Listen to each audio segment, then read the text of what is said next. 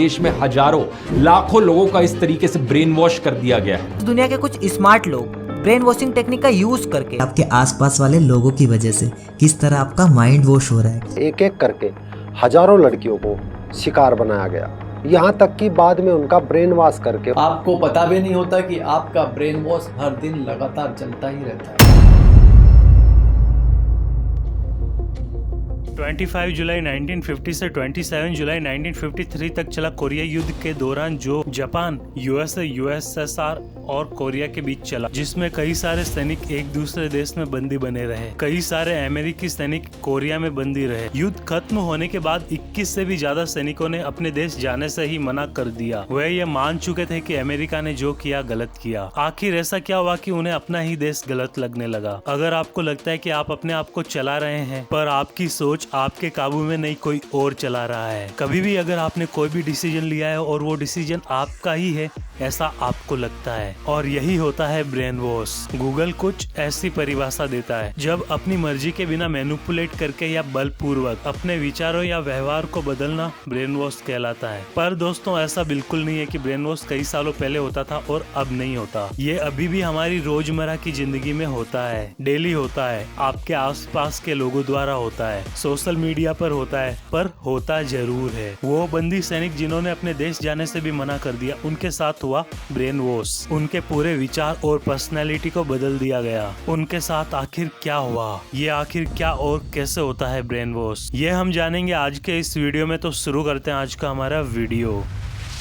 जब भी हम ब्रेन वॉश के बारे में बात करते हैं तो ये दो शब्द बहुत ही महत्वपूर्ण होते हैं। एजेंट जो ब्रेन वॉश करता है, टारगेट जिसका ब्रेन वॉश किया जाता है। कई सारे वैज्ञानिकों का मानना है कि ब्रेन वॉश में टारगेट की पुरानी पहचान को खत्म कर दिया जाता है और नई पहचान बनाई जाती है। वहीं कुछ मनोवैज्ञानिकों का मानना है कि पुरानी पहचान खत्म नहीं होती, छुप जाती है। जब नई पहचान का आरोपण बंद होता है तो पुरानी पहचान वापस आने लगती है। मनोवैज्ञानिक रॉबर्ट जे लिफ्टन कोरियाई और चीनी युद्ध शिविरों के पूर्व कैदियों पर स्टडी की। उन्होंने पाया कि ब्रेन वॉश के लिए उन्हें बहुचरणीय प्रक्रिया से गुजारा, जिसका स्टार्टिंग स्टेप कैदियों के आत्मचेतना पर हमले से शुरू हुआ। अंत में उनके विश्वास को बदला गया, जो कुछ ऐसे है। स्टेप 1 आत्मविश्वास पर हमला। अपराध, आत्मविश्वासघात, अत्यंत तनावग्रस्त स्थिति उत्पन्न करना। उदारता जब टारगेट पूरी तरह से टूटा हो। अपराध कबूल करने के लिए मजबूर करना। अपराध बोध का प्रसार, फिर अपराध बोध से मुक्ति दिलाना टारगेट के विश्वासों को बदलने के लिए। प्रगति और संप्रदा,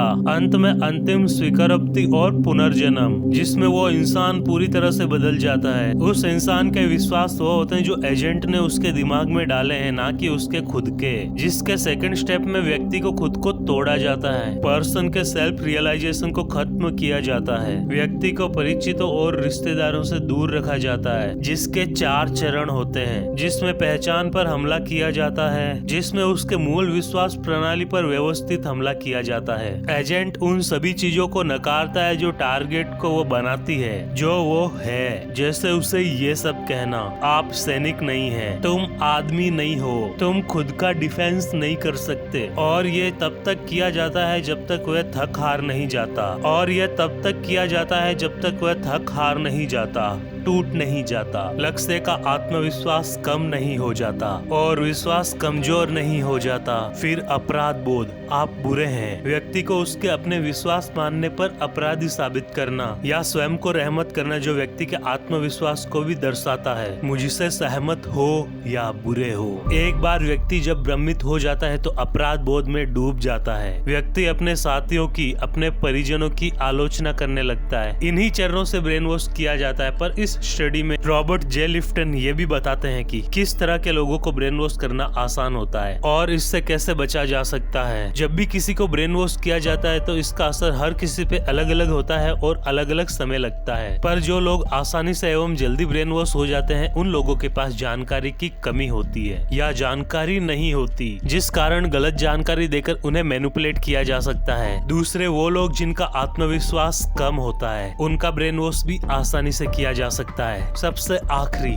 ब्रेन वॉश से कैसे बचा जा सकता है। ब्रेन वॉश करने के लिए ये जरूरी नहीं कि किसी को लैब में ही ले जाया जाए तब ही ब्रेन वॉश होगा, बल्कि वो आपके ही आसपास के लोग होते हैं जो आपको ब्रेन वॉश करते हैं। मगर ब्रेन वॉश से बचना हो तो हमारे पास जानकारी होना आवश्यक है, जिससे कोई मिस इन्फॉर्मेशन नहीं फैला सके। अगर कोई ऐसा करता भी है तो आपको पता चल जाएगा। इसके अलावा हर बात को विश्वास के साथ ना माने। जहाँ लगता है सवाल करना चाहिए वहाँ सवाल करें। अगला तरीका, अपने अंदर थोड़ा कॉन्फिडेंस लाएं। यदि आप में कॉन्फिडेंस होगा तो आपको आसानी से ब्रेन वॉश नहीं किया जा सकता और आसानी से अपनी बातों के जरिए कोई आपको प्रभावित नहीं कर पाएगा। पर आपके आसपास मौजूद कलर आपके माइंड को प्रभावित जरूर करते हैं, आपके माइंड पर असर करते हैं। क्या होता है कलर का असर और कैसे करते हैं कलर हमारे मन को प्रभावित, ये जानने के लिए इस वीडियो पर क्लिक कीजिए। वीडियो को लाइक कीजिए, चैनल को सब्सक्राइब कीजिए। मैं मिलता हूँ आपसे इस वीडियो में, तब तक के लिए जय हिंद।